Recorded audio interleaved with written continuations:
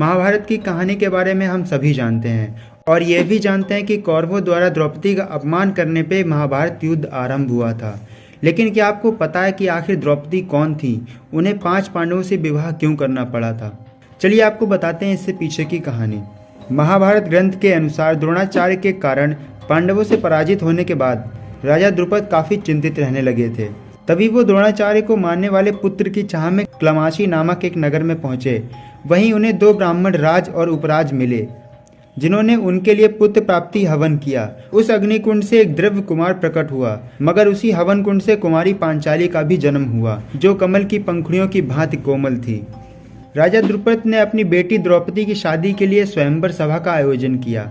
स्वयंवर में दिए गए शर्तों को अर्जुन ने पूरा किया और इस तरह से द्रौपदी की शादी अर्जुन से हो गई।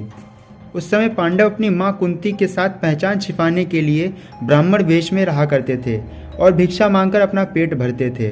पांडवों को दिन भर में भिक्षा में जो भी मिलता था उसे वे अपनी मां के सामने प्रस्तुत करते थे, जिसे कुंती सभी में बराबर बांट देती थी। उस दिन अर्जुन द्रौपदी को लेकर अपने घर आए और दरवाजे से ही अपनी मां से कहा कि देखो मां, मैं आपके लिए क्या लाया हूँ।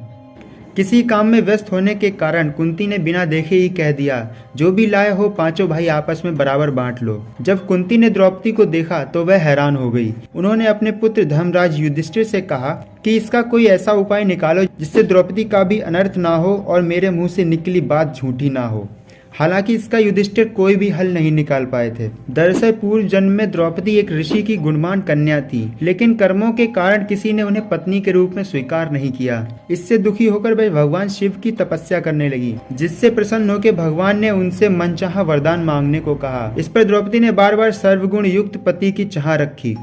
तभी भगवान शंकर ने कहा कि तुम मनचाहा पति पाने के लिए मुझसे 5 बार प्रार्थना की है, इसलिए तुझे दूसरे जन्म में 5 पति मिलेंगे।